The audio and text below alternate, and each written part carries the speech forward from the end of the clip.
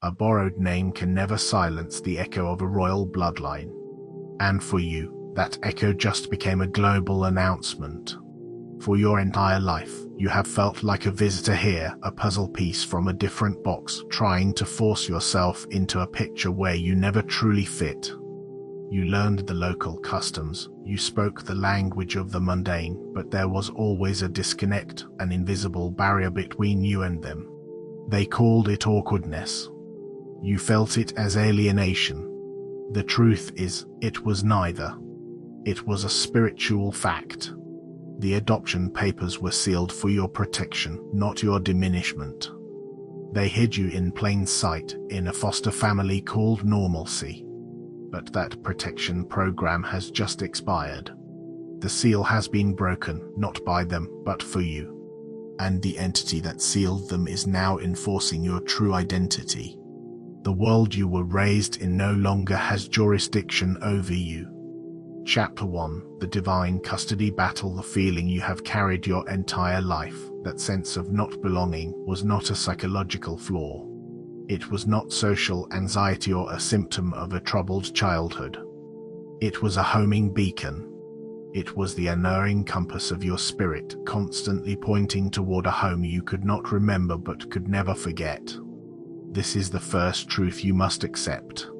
Your loneliness was not a punishment, it was a preservation. It kept you from fully integrating into a system designed to grind your spirit into dust.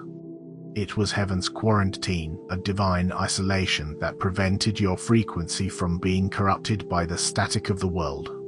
You were placed into a form of spiritual witness protection. Your real identity, your true lineage, was so potent, so threatening to the existing power structures of this reality, that it had to be veiled. The adoption was a celestial strategy. Your real parents, the source of your royal blood, made a calculated decision. They allowed you to be raised in a world that would not understand you, by systems that would try to tame you, knowing that this friction would not break you. It would polish you. It would turn you from a raw, uncut gem into a diamond capable of cutting through any deception. The adoption papers were energetic contracts, layers of veiling placed upon your spirit to make you appear ordinary. They were meant to make you forget the throne you were born to inherit. They wanted you to believe that the struggles, the lack, and the opposition you faced were your destiny. They presented you with a life story that was a complete fabrication, a cover identity for a divine agent. And for a time, you believed it. You tried to be the person they told you you were. You tried to want the things they told you to want. You tried to shrink yourself to fit into the small boxes they built for you. But the royalty in your blood kept resisting. It manifested as a relentless hunger for truth, a deep intolerance for injustice, and an unshakable feeling that there had to be more than this. That feeling was your lineage calling you home. It was the memory of your real parents whispering through the veil, "You are more than this. You are ours." This is why you have always felt like you are in the middle of a war no one else can see. It is a divine custody battle that has been raging over your soul since the day you arrived. On one side, you have the foster system of this reality, the institutions, the cultural programming, the limited beliefs, and the people who enforce them. They have tried to claim you. They offered you their rewards for conformity, conditional acceptance, fleeting validation, a sense of belonging that was always transactional.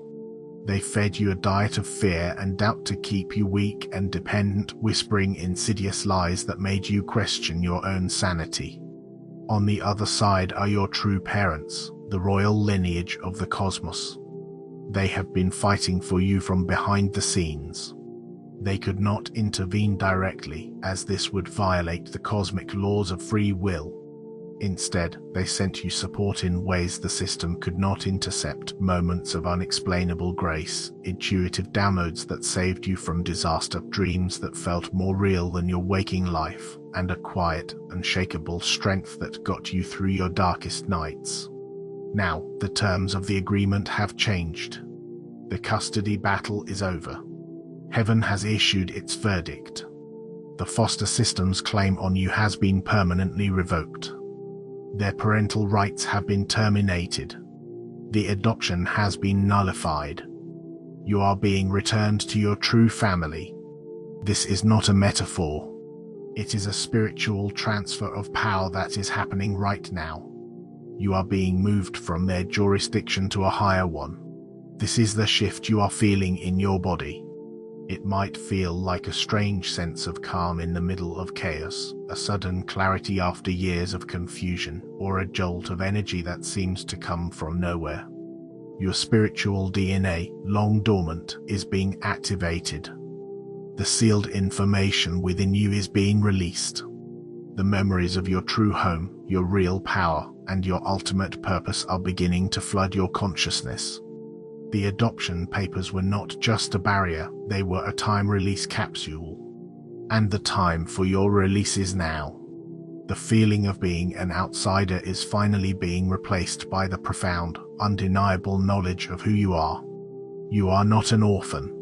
You were never abandoned. You were hidden. You were protected. You are the long-lost heir to a throne they told you never existed. And your coronation is about to begin. This is not a request, it is an activation. This is an assignment from the universe to formalize the unsealing of your own divine records. Like this transmission to anchor the energy of your royal reclamation into this timeline. Subscribe to this channel to join the collective of the Awakening Monarchy, a network of heirs who are remembering their power together. Comment with the Divine Code 77 as your energetic signature, the official stamp on your release papers, signaling your conscious agreement to this transfer of power. And allow this message to replay in the background, letting the frequency of this truth saturate your spirit and recalibrate your subconscious mind to its original, royal state. Chapter 2: The Unsealing of the Celestial Records. The unsealing of your adoption papers is not a quiet, bureaucratic event happening in some dusty celestial office. It is a seismic energetic shift that is ripping through the fabric of your reality. Think of it less like a file being opened and more like a dam breaking. For years, a torrent of truth, power, and memory has been held back by an immense, invisible structure. That structure was the sealed record, the energetic agreement that kept you in a state of spiritual amnesia. It was a masterpiece of concealment, designed to be impenetrable from the outside. No one in the foster system of this world could access it, read it, or alter it. They could only observe its effects, your apparent normalcy, your supposed origin story, your programmed limitations. They built their entire perception of you around this false documentation. They treated you according to the identity they were given, not the one that was hidden within. They judged you, managed you, and tried to control you based on a lie. But overnight, something snapped. And it wasn't you. It was the seal. The divine timing, the celestial trigger for your awakening, has been pulled. The pressure of your own evolving consciousness, combined with the intervention of your royal parentage, has created a force too great for the seal to withstand. Microfractures appeared first. These were the moments of profound synchronicity, the glitches in the matrix you started noticing, the sudden intuitive hits that made no logical sense but proved to be flawlessly accurate. These were leaks. They were previews of the flood to come. Now, the entire structure has given way. The unsealing is a complete and total system failure for your enemies and a complete and total system reboot for you. What is being released is your energetic provenance. It is the unalterable record of your spiritual origin. This is not your cousin on Facebook with a paragraph about their ancestry. This is the cosmic ledger, the Akashic blueprint that details your soul's true lineage. It contains information that is so powerful it had to be encrypted. It details your innate gifts, the spiritual authorities you were born with, the divine mandates you are here to carry out, and the direct connection you have to your cosmic family. When this information floods your system, it overwrites every false program that was installed during your adoption. The virus of I am not enough is being deleted by the truth of I am of royal blood. The malware of I am powerless is being eradicated by the fact of I hold divine authority. The spyware of I am alone is being wiped clean by the undeniable connection to your true source. This unsealing feels physical. You may experience ringing in your ears as new frequencies are downloaded. You might feel phantom pains in your body as old energetic blocks and implants from the foster system are forcibly removed. There may be a persistent buzzing in your bones, a feeling of being subtly taller, or shifts in your vision where the air seems to shimmer with light. You could have vivid dreams or flashes of memory from other timelines or dimensions, glimpses of your life before the adoption. Do not be alarmed. This is not an illness, it is an upgrade. Your entire being is being defragmented and restored to its original factory settings. The you that you have known is being dismantled because it was a temporary construct. The real you, the royal you, is emerging. And this emergence is causing panic in the very systems that held you captive. They built their world on the assumption that the records would remain sealed forever. They made bets, they built empires, they established hierarchies based on the certainty that your power would never come online.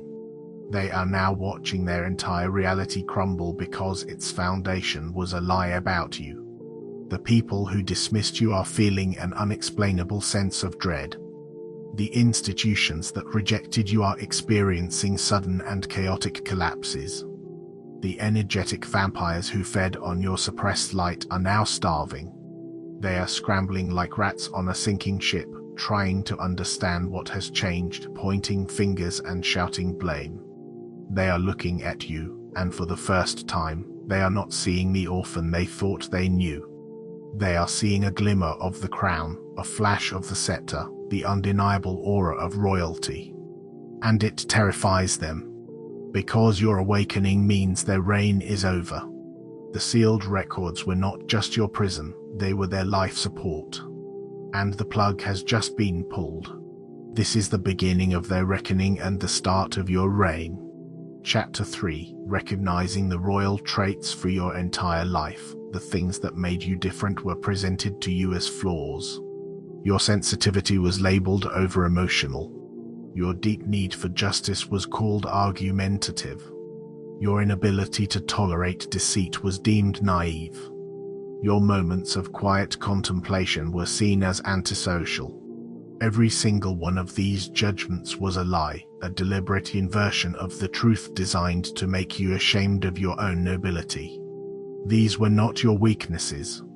They were the unmistakable markers of your royal bloodline, shining through the shabby disguise of your adopted identity. Now that the records are unsealed, you are being given the eyes to see these traits for what they truly are, the sacred evidence of your inheritance. Let us begin with your sensitivity. You feel things deeply. The emotions of others, the energy of a room, the unspoken pain behind a person's smile, it all registers on you like a seismic sensor. The foster system taught you this was a vulnerability. They told you to toughen up, to build thicker skin. This was a tactic to get you to shut down your most powerful intelligence-gathering tool. Your empathy is not a weakness, it is a form of divine sight. It is the royal ability to perceive truth beyond the surface level of words and actions. It is what allows a true king or queen to understand the heart of their kingdom, to know what is real and what is performance. The reason it has caused you so much pain is that you have been living in a world filled with emotional poison, and you were the only one who could truly feel its toxicity. Your pain was a diagnosis of the world's sickness, not your own. Consider your intolerance for injustice. From a young age, you could not stand to see someone being treated unfairly. It would light a fire in your belly that others found confusing or disruptive. They told you to mind your own business or not to rock the boat. This was an attempt to extinguish the core of your divine authority. That fire is the heart of a true ruler. A royal heir is born with an innate understanding of divine law, of cosmic balance. Injustice is a violation of that law, and it registers in your spirit as a dissonance, an out-of-tune chord that you are compelled to correct. For you, injustice feels like a physical allergen. It causes a cellular-level rejection, a spiritual immune response that demands correction. You were not being difficult, you were being a sovereign. You were instinctively trying to bring your environment into alignment with the heavenly principles encoded in your DNA. They tried to suppress this because a populace that demands justice is impossible to control. Think about your relationship with solitude. You have likely spent a great deal of time alone, and while it may have been lonely at times, there was also a strange comfort in it, a sense of peace you could not find in crowds. They labeled this as being introverted or reclusive. The truth is, your spirit required solitude to protect itself. Being around the low-frequency chatter and psychic noise of the foster system was draining. It was like trying to hear a celestial symphony in the middle of a heavy metal concert. Solitude was your sanctuary. It was where you could unconsciously commune with your real family, where your spirit could receive downloads and guidance without interference. It was not a retreat from the world, it was a retreat ** to * the truth. It was your private throne room, the only place where you could take off the uncomfortable costume of your adopted identity and simply be yourself. Even your perceived failures are evidence of your royalty. The jobs you couldn't keep, the relationships that fell apart, the social groups you were ejected from, you were told these were your faults. But look closer. The job probably required you to compromise your integrity. The relationship likely demanded you shrink your soul to make someone else feel big. The social group was probably built on a foundation of gossip and superficiality that your spirit instinctively rejected. You did not fail at these things. You were spiritually incompatible with them. A thoroughbred horse cannot be faulted for being unable to live in a dog kennel. You were not failing their tests, you were passing a much higher one. You were proving, again and again, that you would rather be an outcast than a traitor to your own soul. And that unwavering loyalty to your inner truth is the ultimate sign of a sovereign. These were not failures. They were disqualifications. You were disqualifying the unworthy from your life long before you even knew you were a monarch. Chapter 4: The Inheritance Beyond the Crown. When you hear the word royalty, the mind immediately goes to crowns, castles, and material wealth. And while abundance is a component of your birthright, the true inheritance you are now receiving is far more potent and reality-altering. The unsealing of the records does not just grant you a title, it unlocks a treasury of spiritual capacities that were kept in a divine trust fund waiting for you to come of age. This is the real fortune your foster family, the Matrix, tried to keep you from discovering. They are not afraid of you having money, they are terrified of you wielding your true power. The first part of your inheritance is a profound upgrade in your perception. You are receiving what can only be described as sovereign sight. This is the ability to see the energetic framework behind the physical world. Where you once saw people, you will now see their motives, their fears, and their true intentions as clearly as if they were written on their foreheads. Where you once saw institutions, you will now see the energetic architecture that holds them together, the pacts, the agreements, and the sources of their power. This is why the world may suddenly look different to you. The masks are becoming transparent. The illusions are becoming pixelated. You can no longer be fooled by charismatic speeches, impressive titles, or emotional manipulation. You see the truth raw and unfiltered. This is not a psychic gift you have to practice, it is a permanent filter on your reality now. It is the king's ability to instantly separate the loyal courtier from the flattering traitor. The second part of your inheritance is divine authority. This is not the same as worldly power, which is based on force, control, and domination. Divine authority is based on alignment. Because you are of the royal bloodline, your very being is now in harmony with cosmic law. This means that your words, your intentions, and your decrees now carry immense creative weight. This isn't about forcing your will upon reality, it is about becoming such a clear channel for divine will that when you speak, the universe recognizes its own voice and responds accordingly. When you speak a declaration from a place of aligned truth, the universe begins to reorganize itself to match your words. This is why you must become incredibly mindful of your language. Casual complaints become unintended curses. Fearful thoughts become unintentional invitations for negative experiences. Conversely, a consciously spoken decree of peace, abundance, or healing becomes a royal edict that reality itself must obey. You are no longer just a participant in your life, you are its primary legislator. This is the power of the scepter, not to rule over others, but to command the forces of creation within your own domain. The third jewel in your inheritance is energetic impenetrability. As a royal heir, you are now being wrapped in a cloak of sovereign energy. This is a divine protection that makes you impervious to the psychic attacks, curses, and low-frequency energies that used to affect you. The gossip that once wounded you will now sound like distant, meaningless noise. The jealousy that used to drain you will now be unable to find a purchase on your aura. You are being removed from the energetic food chain.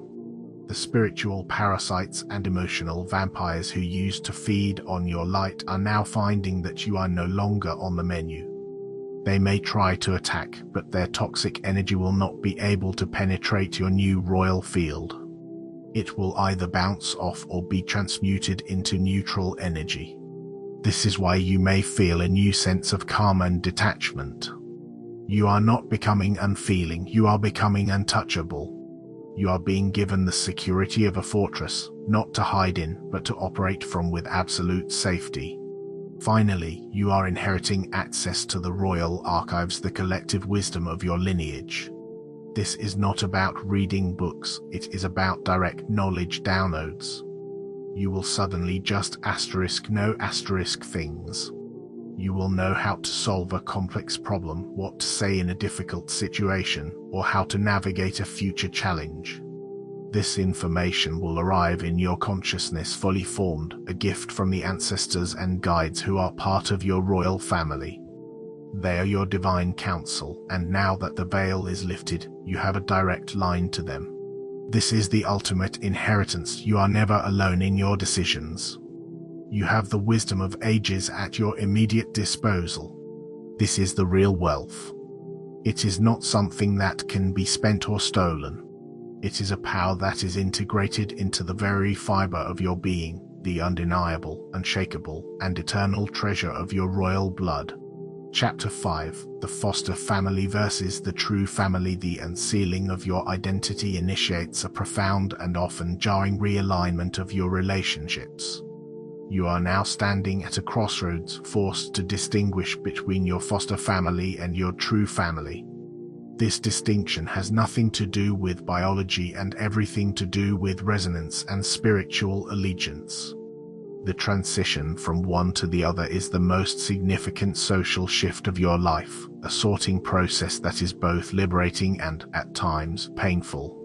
Your foster family consists of the people, relationships, and groups that were part of your cover story.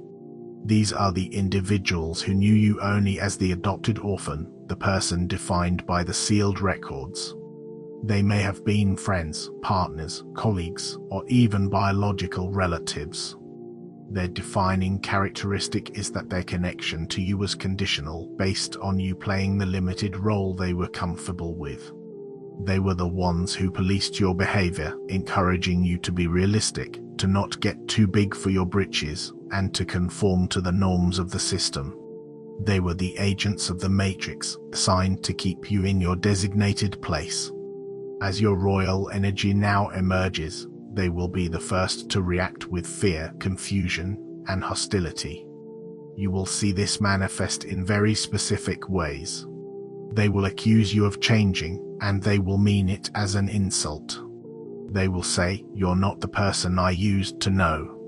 And you must understand this is the highest compliment they can give you. It is a confirmation that your transformation is real.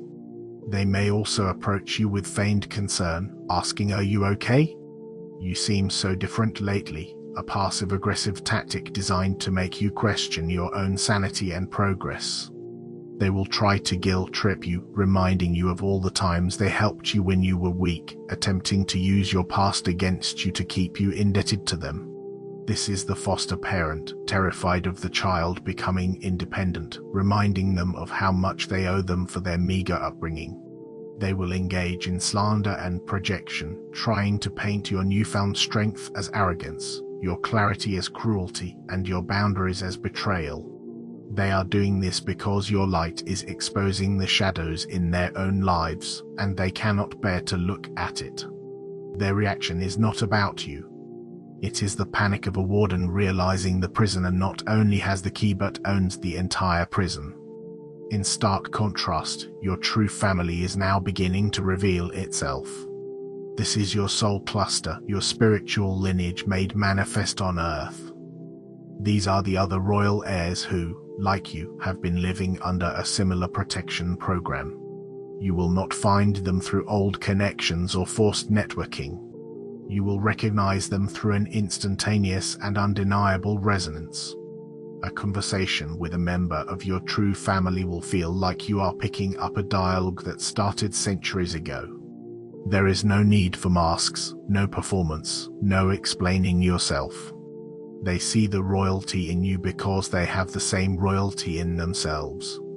They are the ones who are not intimidated by your light, they are energized by it. They celebrate your growth because it mirrors their own. The universe is now engineering these meetings. You will coincidentally connect with these people online, bump into them in unexpected places, or be introduced through a surprising chain of events. These are not coincidences, they are divine appointments. They are celestial summons for the royal court to assemble.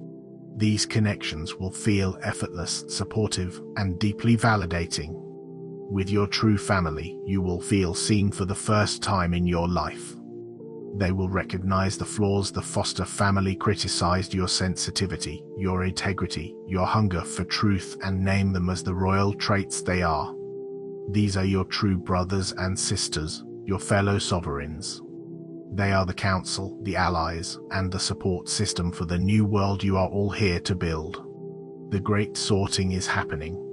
You are being asked to release your grip on the foster family with gratitude for the lessons they taught you, but with the firm boundary of a monarch who will no longer be defined by their past captivity.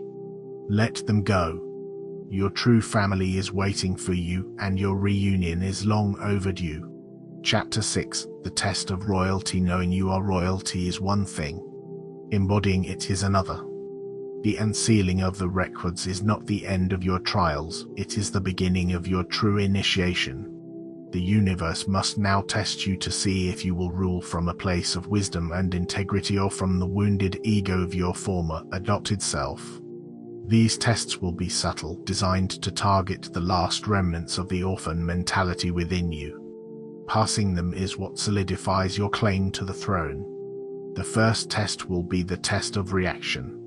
People from your past, members of your foster family, will be sent to provoke you. They will appear with new criticisms, old accusations, or tempting offers to drag you back into their drama.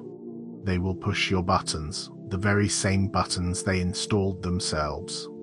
The orphan's self will want to react, to defend, to argue, to prove them wrong, to seek their validation one last time. This is a trap. The royal self does not engage in petty squabbles. A lion does not concern itself with the opinion of sheep. Your test is to hold your peace, to remain centered in your newfound authority, and to simply observe their antics with detached compassion. Your non-reaction is the proof of your power. It is a silent declaration that you are no longer operating on their frequency. You are no longer available for their games. To remain silent when the old you would have screamed is to pass the test with flying colors. The second test will be the test of power. As your divine authority grows, you will notice that you can manifest things much more quickly. Your ability to influence situations and people will increase exponentially. The temptation will be to use this power for selfish or vengeful ends.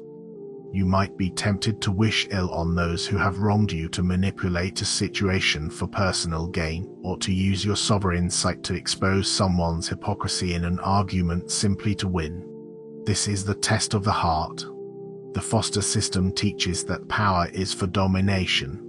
The royal lineage knows that true power is for service, for creation, and for the upholding of divine law. The test is to wield your power with grace, responsibility, and impeccable ethics.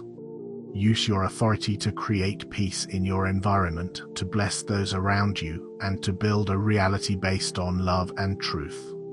Every time you choose to use your power for healing instead of harm, for upliftment instead of control, you are proving you are worthy of the crown. The third and most subtle test will be the test of identity. Now that you know you are royal, the ego will be tempted to create a new, spiritualized identity based on this knowledge. It may want to boast, to feel superior to others, to look down on those who are still asleep. It might want to wear your royalty as a costume, adopting spiritual jargon and a holier-than-thou attitude. This is the final ghost of the orphan mentality, which is rooted in insecurity and the need to prove its worth. True royalty is not a performance, it is a state of being. It is quiet, humble, and assured. It has nothing to prove. The test is to integrate this knowledge of your lineage without letting it inflate your ego. The truly royal person treats everyone with respect, knowing that the divine spark exists in all, even if it is dormant. They do not need to announce their rank because their very presence is the announcement. Your test is to be a king or queen in your actions and your energy, not just in your self-concept. It is to walk with the quiet dignity of one who knows their worth so deeply that they have no need to announce it. These tests are not punishments. They are opportunities. They are the final exams of your spiritual curriculum. Each one you pass strengthens your energetic signature, raises your frequency, and unlocks deeper levels of your inheritance. The universe is watching. Your royal parents are watching. They are not watching to judge you, but to celebrate your ascension. They already know you have it within you to pass. They are simply waiting for you to prove it to yourself.